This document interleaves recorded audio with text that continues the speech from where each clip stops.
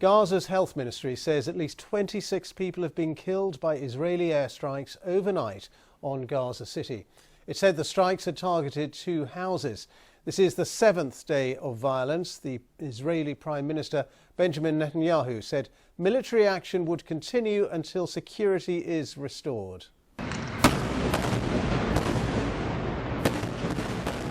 Well, these are some of the latest pictures from Gaza. Israel says the home of the Hamas chief in Gaza was among the latest targets. Palestinian militants have fired more rockets at cities in southern Israel. And the United Nations has summoned the Security Council for an emergency meeting. Our correspondent Helena Wilkinson has the latest developments. Within seconds, this building in Gaza is reduced to rubble. It was home to journalists from the Associated Press and Al Jazeera TV. An hour earlier, they had been told to evacuate. Israel says the building was a target because of links to Hamas, the militant group that rules Gaza. Israel is doing everything possible to protect our civilians and keep Palestinian civilians out of harm's way. We demonstrated this yet again today when we warned civilians to vacate the building used by the Hamas terror intelligence.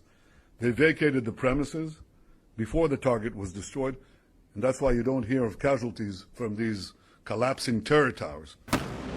There have, though, been civilian casualties on both sides. Early this morning, Israel targeted a house in Gaza that it says belonged to a Hamas leader. Palestinian health officials say that at least 3 people died and many others were injured. In an earlier Israeli attack, Mohammed al-Hadidi lost his wife and 4 young sons. His baby son, Omar, who's just 5 months old, was the only survivor.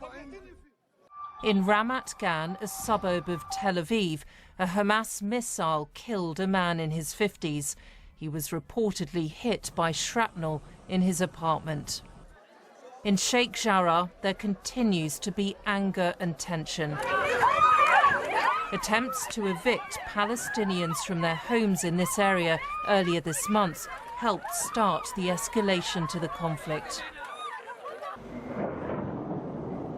US President Joe Biden has spoken to Israeli and Palestinian leaders ahead of a UN Security Council meeting later today.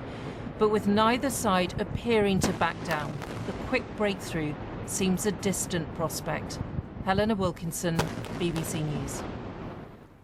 Well, the BBC's Paul Adams is in Jerusalem, and I asked him if there's any sign of the conflict coming to an end anytime soon.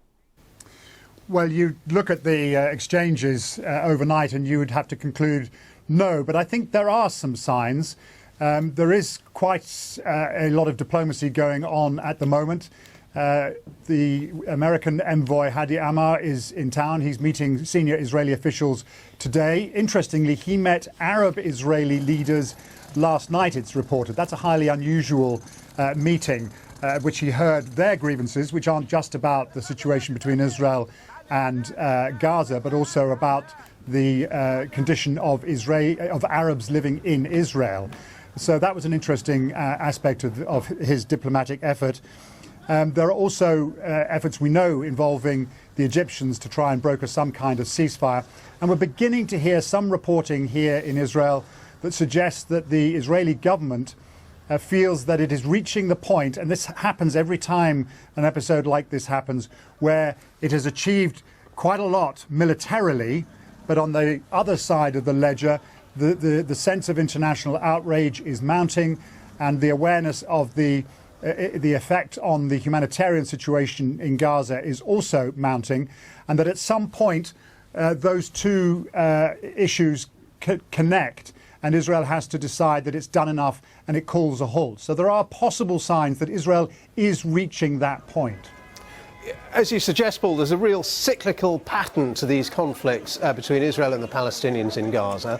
And even when this one ends, the likelihood is there'll be another one unless there's some attempt at some sort of lasting solution. But that doesn't look very likely. No, it looks very, very unlikely at the moment. I mean, there are a couple of things here, Ben. One is, how much damage has Israel done? I mean, clearly it feels that it has killed an awful lot of senior Hamas officials, destroyed these networks of underground tunnels, and some of this damage will be long-lasting and hard to repair. But it will be repaired, and logic and past experience tells you that we could face this situation again. More fundamentally is, where is the political will to see some way out of this? Well, Hamas is an organization condemned as a terror group by Israel, by the United States, by countries in Europe. It does not believe that Israel has a right to exist, and it has a very clear agenda. There is another part of the Palestinian leadership looking on, frankly, from the sidelines during this episode. That is the Palestinian Authority, led by President Mahmoud Abbas, up in Ramallah. But he is a bystander, and he might want negotiations to resume, but he's probably right now more conscious of his political authority among his own people being usurped by Hamas, who have emerged as the kind of defenders of Palestinian honor and Palestinian rights in Jerusalem. So he is in an incredibly weak situation. And so I think overall the prospects for a resumption of meaningful negotiations towards some kind of solution, whether it's the old formula of a two-state solution or something else, those prospects seem unbelievably remote. That was Paul Adams. Joining us now from Hebron is Palestinian activist Issa Amro. Thank you very much for being with us. Do you see any chance of a ceasefire in the coming hours or days?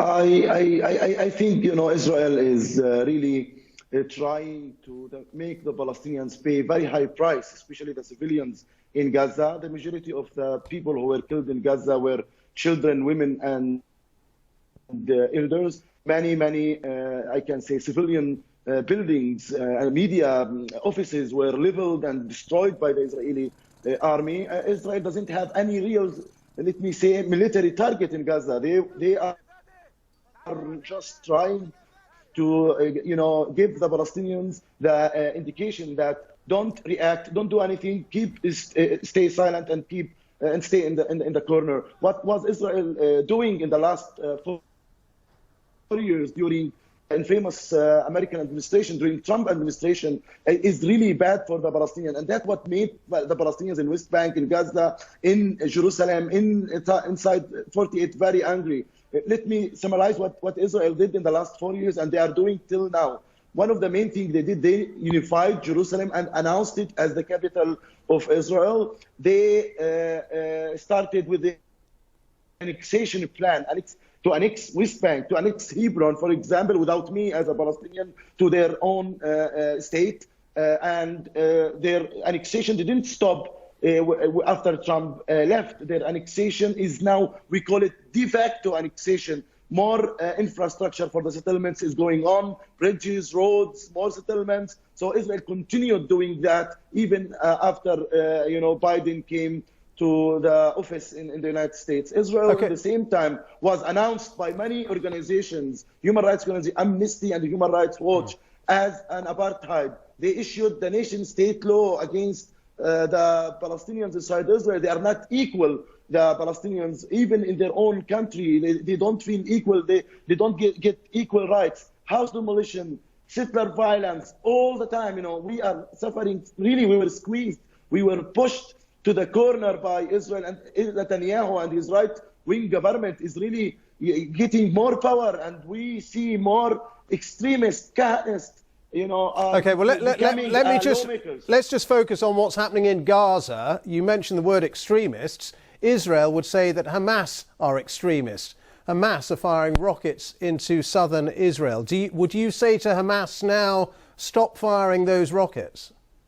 I can say it, let me say openly, that all violence is because of the occupation, because of the oppression, because of the brutality of the Israeli occupation in Al-Aqsa Mosque. You didn't see how the Israeli police treated the Palestinian worshippers, elders, women, children. They went to the Al-Aqsa Mosque. They were beaten, they were injured. I saw how the women were treated badly today, yesterday, the day before, and every day in Sheikh Jarrah. They are trying to displace the Palestinians. And I can say that Hamas is a result. Let's go to the roots of the conflict. Let's go to the roots of the problem. But my question was, would you say to Hamas to stop firing those rockets into southern Israel?